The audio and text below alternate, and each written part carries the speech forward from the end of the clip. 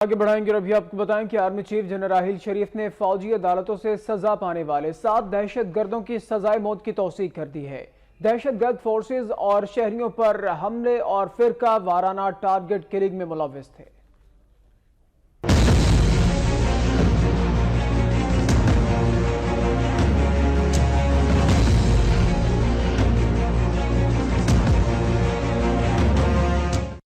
وطن عزیز سے دہشت گردوں کے خاتمے کے لیے ہر سطح پر اقدامات کیے جا رہے ہیں۔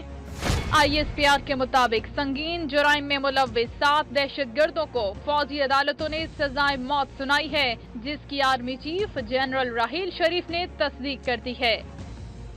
ترجمان پاک فوج کے مطابق سزائے موت پانے والے دہشت گرد شہریوں کے قتل میں ملوث تھے، جبکہ انہوں نے پولیس اور مسلح افواج کے اہلکاروں کو بھی شہید کیا۔ سزائے موت پانے والوں میں قاسم توری، عابد علی اور دانش قانون نافذ کرنے والے اداروں کے اہلکاروں پر حملوں میں ملوث تھے، جبکہ سید جہانگیر حیدر اور ذیشان فرقہ وارانہ قتل میں ملوث تھے۔ اس کے علاوہ دیگر دہشت گردوں میں معتبر خان اور رحمان الدین شامل ہیں۔